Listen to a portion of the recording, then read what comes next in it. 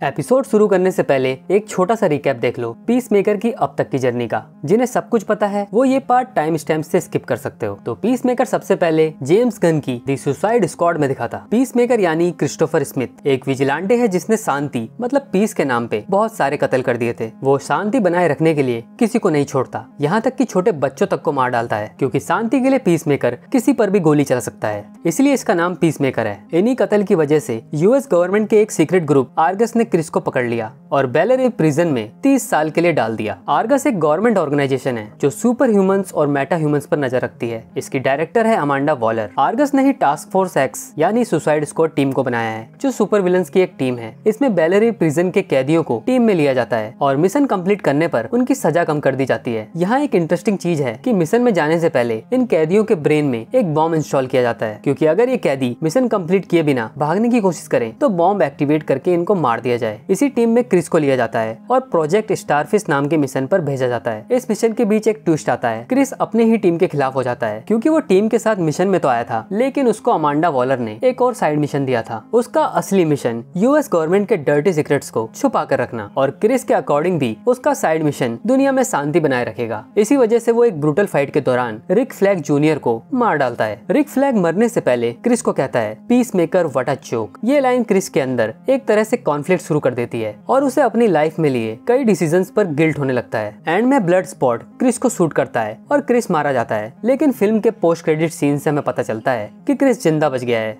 और हॉस्पिटल में उसका इलाज चल रहा है। फिर यहाँ से शुरू होती है पीस मेकर सीजन 1 की स्टोरी। सीरीज में क्रिस जिंदा है। अमांडा वॉलर के ऑर्डर पर क्रिस को ऑप्शन दिया जाता है, या तो एक मिशन कंप्लीट करो या फिर वापस जेल में अपनी सजा पूरी करो। क्रिस मिशन चूज करता है और उसे एक नई टीम के साथ प्रोजेक्ट बटरफ्लाई मिशन दिया जाता है। ये बटरफ्लाईज दरअसल एलियन पैरासाइट्स हैं जो दुनिया भर में इंसानों की बॉडीज पर कब्जा कर रहे हैं। बटरफ्लाईज का प्लान अर्थ पर कब्जा करके कॉलोनाइज करना है। साथ ही क्रिस को अपने toxic and racist dad Augie Smith से भी डील करना पड़ता है। ऑगी एक खतरनाक racist super villain White Dragon के नाम से जाना जाता है। सीरीज में ऑगी एक सुपर जीनियस टाइप का इंसान दिखाया गया है, क्योंकि उसी ने अपने बेटे क्रिस के लिए सुपर एडवांस हेलमेट्स और उसका पीस मेकर सूट बनाया है। साथ ही एक इंटरेस्टिंग चीज भी ऑगी के घर में देखने को मिलती है, क्वांटम अनफोल्डिंग स्टोरेज एरिया। ये क्वांटम एरिया सीजन 2 की स्टोरी लाइन का इम्पोर्टेंट पार्ट होने वाला है, जो मैं आगे वीडियो में बताऊंगा। खैर, फ्लैशबैक में दिखाया जाता है कि ऑगी ने क्रिस के साथ कितना बुरा किया था। बचपन में ऑगी अपने एंटरटेनमेंट या ये कह लो पैसा कमाने के लिए क्रिस और उसके भाई कीथ को एक दूसरे से लड़वाता था, एक बॉक्सिंग मैच की तरह।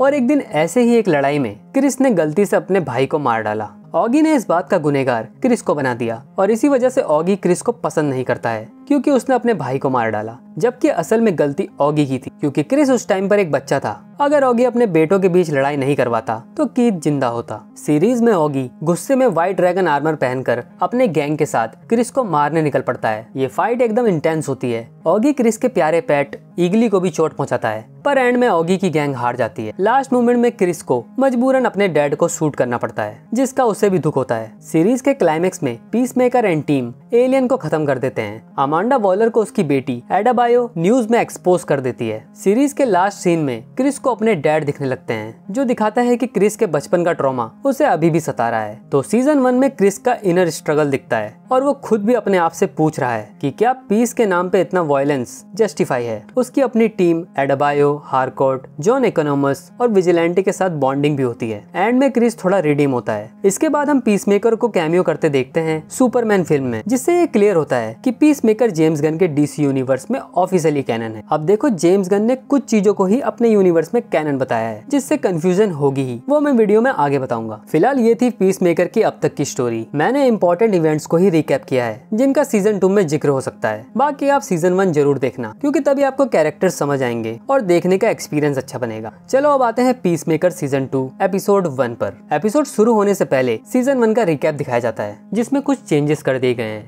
जैसे कि एक सीन में एडाबायो जस्टिस लीग को बुलाने की बात करती है, लेकिन अब उसको बदलकर जस्टिस गैंग कर दिया गया है, क्योंकि जेम्स गन के यूनिवर्स में फिलहाल जस्टिस गैंग ही है। एक और सीन में क्रिस ग्रीन लैंटर्न के बारे में बोलता है, जबकि पहले सीजन में ऐसा कुछ हुआ ही नहीं। ग्रीन लैंटर्न को हमने लास्ट सुपरमैन में देखा था। और फाइनली सबसे बड़ा चेंज होता है जब सीजन 1 के एंड में जस्टिस लीग लेट पहुंचती है, लेकिन अब यहाँ उसको जस्टिस गैंग से चेंज कर दिया है, जिसमें है Mister Terrific, Superman, Green Lantern, Hawkgirl and surprisingly Supergirl भी यहाँ है। इसका मतलब पीस पीसमेकर सीजन 1 के इवेंट्स जेम्स गन के डीसी यूनिवर्स में हुए थे, लेकिन उसमें कुछ चेंजेस कर दिए गए हैं जो मैंने अभी बताए, ताकि पीसमेकर अच्छे से डीसीयू में एंटर हो सके और कंटिन्यूटी बनी रहे। फिर एपिसोड शुरू होता है। क्रिस अब अपने डैड के घर में रह रहा है। क्रिस का पेट ईगल ईगली क्रिस को उठाता है क्योंकि ईगली को उड़ने का मन है। घर के बाहर बर्फ गिर रही है, इसलिए क्रिस ईगली को क्वांटम अनफोल्डिंग स्टोरेज एरिया में ले जाता है। अब थोड़ा सा इस क्वांटम एरिया के बारे में जान लो। ये क्वांटम एरिया जो क्रिस के डैड ऑगी स्मिथ के पास सीजन 1 में दिखाया गया था, ये सिर्फ एक हाईटेक स्टोरेज स्पेस नहीं है, ये एक रास्ता है 99 अल्टरनेट डायमेंशंस, अल्टरनेट रियलिटीज का, जिसमें से हर एक दरवाजा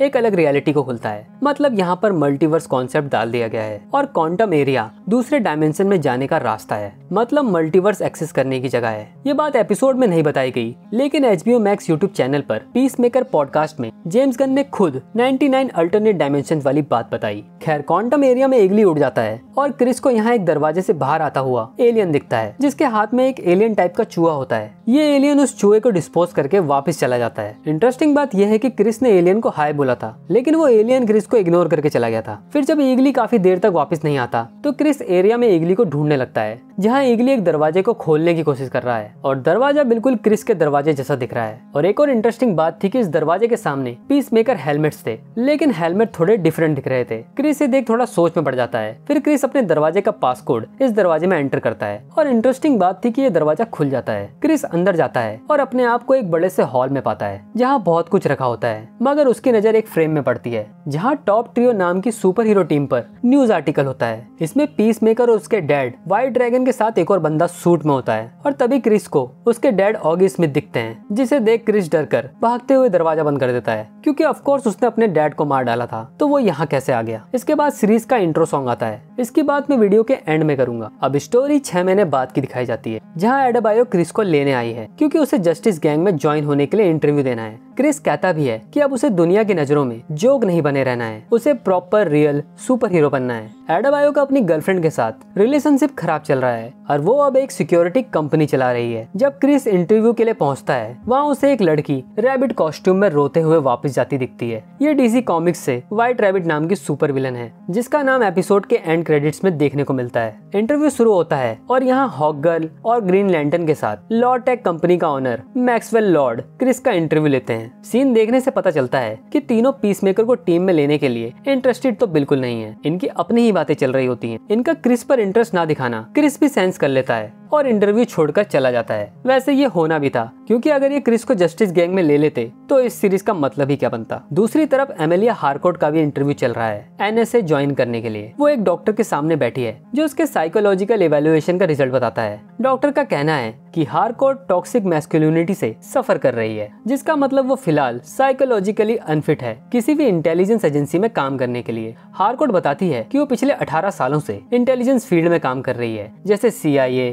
NSA एंड आर्गस, और उसको बस यही काम करने आता है। लेकिन डॉक्टर अपना फैसला सुना चुका है कि हार्कोट अनफिट है और किसी एजेंसी में काम नहीं कर सकता। हार्कोट समझ जाती है कि ये काम अमांडा वॉलर का है। उसी ने हार्कोट को अनफिट प्रूव करके इंटेलिजेंस एजेंसीज में काम करने से ब्लैकलिस्ट कर दिया है। इस रिजेक्शन का गुस्सा हार्कोट अपने कार के डैशबोर्ड पर उतारती है और अपना हाथ जख्मी कर लेती है। घर पहुंचती है तो उसे वहाँ क्रिस मिलता है। घर में क्रिस देखता है कि हार्कोट ने अपने बिल्स पे नहीं करे हैं, शायद उसका फाइनेंशियली भी बुरा हाल चल रहा है। हार्कोट कहती है कि अमांडा वॉलर को उसकी बेटी एडेबायो ने एक्सपोज किया था, तो वो मुझे क्यों परेशान कर रही है। क्रिस कहता है कि वो जरूर अपनी भड़ास निकाल रही है। यहाँ ये भी पता चलता है कि कुछ दिन पहले क्रिस और हार्कोट ने एक बोट पार्टी में साथ रात बिताई थी, लेकिन हार्कोट का कहना था कि हम दोनों ड्रंक थे और उस रात जो हुआ वो बस एक मिस्टेक थी। ये बात सुन क्रिस हर्ट होता है, क्योंकि वो हार्कोट के साथ दिल से एक कनेक्शन बनाना चाहता है, लेकिन हार्कोट अभी सेम पेज पर नहीं है और क्रिस दुखी होकर गुस्से में वहाँ से चला जाता है। अगले सीन में दिल टूटा क्रिस अपने घर में एक बड़ी ही खतरनाक पार्टी करता है। इस पार्टी की वजह से मुझे टीवी बंद करके फोन में शिफ्ट होना पड़ा। जेम्स गन ने एकदम से ही वक्त बदल दिया। सुपरमैन जैसी फिल्म के बाद मैंने ये हीरोगाज़म यहाँ तो एक्सपेक्ट नहीं किया था। टीवी पर तो ये शो में अब नहीं देखने वाला। खैर, नशे में धुत क्रिस क्वांटम एरिया का दरवाजा खोलता है और क्रिस के घर पर नजर रख रहा है जॉन इकोनॉमस।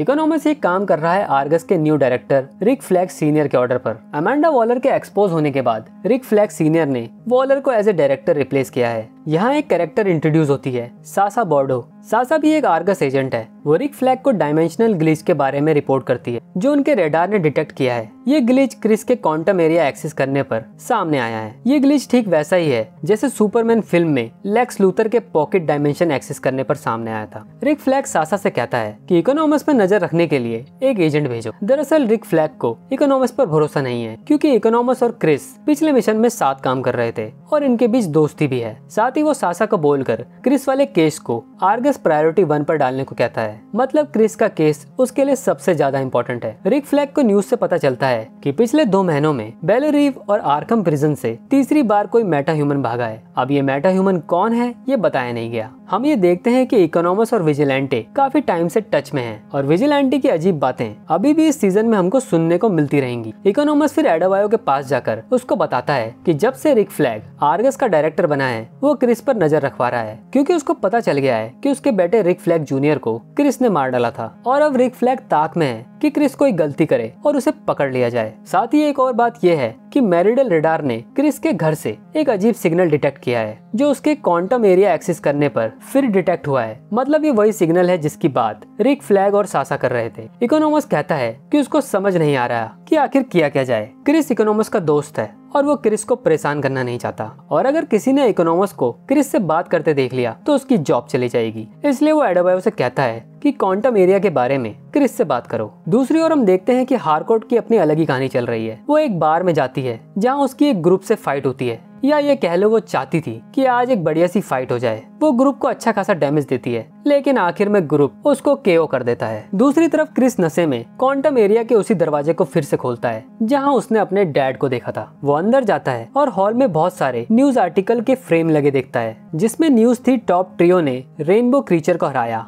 और गौतम सिटी को अल्ट्रा ह्यूमनाइट से बचाया। रेनबो क्रीचर एंड अल्ट्रा ह्यूमनाइट दोनों ही डीसी कॉमिक्स के सुपर विलन हैं। यहाँ वो अपने डैड के व्हाइट ड्रैगन मास्क को भी देखता है जो कि व्हाइट की जगह ब्लू है। फिर वो घर में आगे बढ़ता है। वो देखता है कि ये घर असल में एक विला है। वो विला से बाहर आता है तो देखता है कि उसका भाई कीथ जिंदा है। असल में ये जगह एक अलग रियलिटी है जहाँ क्रिस का भाई जिंदा है और क्रिस, कीथ और इनके डैड ऑगी टॉप ट्रियो नाम की सुपर हीरो टीम है। कीथ पूछता है कि क्रिस को तो ब्लूड हेवन में होना चाहिए था, वो यहाँ क्या कर रहा है। कीथ क्रिस को अपना क्रिस समझ रहा है। तभी इनके डैड ऑगी भी आ जाते हैं और तीनों बैठकर ड्रिंक करते हैं। ऑगी क्रिस के बचपन की बातें करते हैं। सीन देखकर लगता है कि इस रियलिटी में ये तीनों एक हैप्पी फैमिली की तरह रहते हैं जो क्रिस को अपनी रियलिटी में कभी नसीब नहीं हुई क्योंकि कीथ बचपन में क्रिस के हाथों मारा गया और ऑगी ने हमेशा क्रिस से नफरत की। इस रियलिटी में ऑगी क्रिस से अच्छे से बात कर रहा था जो क्रिस के लिए एक बिल्कुल नया एहसास था। यहाँ इम्प्स के बारे में बात होती जो डीसी कॉमिक्स में 5th डायमेंशन से आए मैजिकल बीइंग होते हैं। बाद में कीथ क्रिस से पूछता है कि क्या तुम अभी भी अपने एक्स से बात करते हो। क्रिस ऐसे ही ना में जवाब देता है क्योंकि उसको पता ही नहीं वो एक्स कौन है और इस रियलिटी में क्रिस की क्या कहानी चल रही है। तब कीथ कहता है कि तुम्हें अपने रिलेशनशिप के लिए फिर से ट्राई करना चाहिए। क्रिस अपने भाई को जिंदा देख काफी इमोशनल है और वो उसे आई लव यू कहता है। कीथ भी आई लव यू टू कहकर उसे सोने को कहता है। तब क्रिस इस रियलिटी के क्रिस के रूम में जाता है जहाँ फोटो फ्रेम के जरिए ये रिवील होता है कि उसकी एक्स दरअसल इस रियलिटी में हारकोर्ट है। तभी यहाँ इस रियलिटी का क्रिस आ जाता है जिसे मैं क्रिस 2 बोलूंगा। वो अपने पीस मेकर सूट में है और क्रिस पर अपनी गन तानकर पूछता है कि तुम कौन हो। क्रिस 2 को लगता है कि ये क्रिस एक शेप शिफ्टर है जो उसका रूप लेकर उसके घर में घुस आया है। यहाँ हम क्लियरली देख पाते हैं कि क्रिस 2 का पीसमेकर हेलमेट डिफरेंट है। उसके चेस्ट में पीस डफ का लोगो येलो कलर में ऊपर की तरफ है और फुल स्लीव कॉस्ट्यूम में है जबकि क्रिस का पीसमेकर सूट अलग दिखता है। तब क्रिस 2 से बचकर भागने लगता है और क्रिस 2 अपने मैजिक स्टार से क्रिस पर हमला करता है। क्रिस क्वांटम एरिया में भागता है। क्रिस 2 के पास जेट पैक होते हैं तो वो उड़ उड़कर क्रिस पर अटैक करता है और क्रिस काफी जख्मी हो जाता है। क्रिस 2 अपने ग्लव से एक ब्लेड निकालकर क्रिस पर अटैक करने वाला होता है। तभी क्रिस 2 का जेट पैक एक्टिवेट कर देता है और क्रिस 2 सीधा ऊपर लगे नोकीले स्ट्रक्चर से जा लगता है जो उसके आर पार हो जाता है जिससे वो क्रिस के सामने मारा जाता है। क्रिस 2 मरने से पहले अपने आखिरी शब्द भी नहीं बोल पाता और क्रिस इसी शौक में रह जाता है कि ये क्या हो गया। तो क्रिस ने पहले अपनी रियलिटी में अपने भाई को मारा, फिर डैड को मारा और अब यहाँ दूसरी रियलिटी में खुद को भी मार डाला है। चलो अब बात करते हैं इंट्रो सॉन्ग पर। कुछ चीजें इंट्रो सॉन्ग पहले ही फोरशैडो कर देता है, जैसे वो एलियन जो क्रिस को क्वांटम एरिया में दिखता है वो यहाँ इस सॉन्ग में भी डांस कर रहा है। दूसरा हारकोर्ट गर्ली ड्रेस में डांस करते हुए दिखती है ऑगी के व्हाइट ड्रैगन एंड कीथ के साथ। हमने अब तक हारकोर्ट का गर्ली साइड नहीं देखा था जो यहाँ फोरशैडो कर रहा है कि ये तीनों दूसरी रियलिटी से हैं। यानी कि इंट्रो सॉन्ग पहले ही बता रहा है कि स्टोरी मल्टीवर्स कॉन्सेप्ट की ओर जाएगी। यहाँ ऑगी का व्हाइट ड्रैगन सूट भी फुल्ली व्हाइट नहीं है। शायद वो इस रियलिटी में रेसिस्ट ना होकर एक अच्छा इंसान हो, क्योंकि वो दुनिया को बचा रहा है अपने दोनों बेटों के साथ मिलकर। वैसे फोरशैडोइंग की बात की जाए तो जिस नोकीले स्ट्रक्चर से ऑल्टरनेट रियलिटी का पीसमेकर मरता है, वो स्ट्रक्चर हमें तब भी दिखाया गया था जब क्रिस ईगली को लेकर क्वांटम एरिया में आया था, बस हम तब उसको नोटिस नहीं करते हैं। फिलहाल इतना ही है जो मुझे इस एपिसोड से समझ आया। बाकी एपिसोड बढ़िया था, स्टोरी का सेटअप भी अच्छे से कर दिया गया है। अब देखना है कि आगे क्या होता है। सीजन 1 मैंने बहुत एंजॉय किया था, वही उम्मीद मुझे सीजन 2 से भी रहेगी। और मेरा मानना है कि हर सुपर हीरो फैन को पीसमेकर सीजन 1 तो जरूर देखना चाहिए। स्टोरी बाकी सुपर हीरो शो से मिलती जुलती है, लेकिन देखने का एक्सपीरियंस बहुत अच्छा था। तो ठीक है, मिलते हैं अगले एपिसोड के साथ। Happy watching.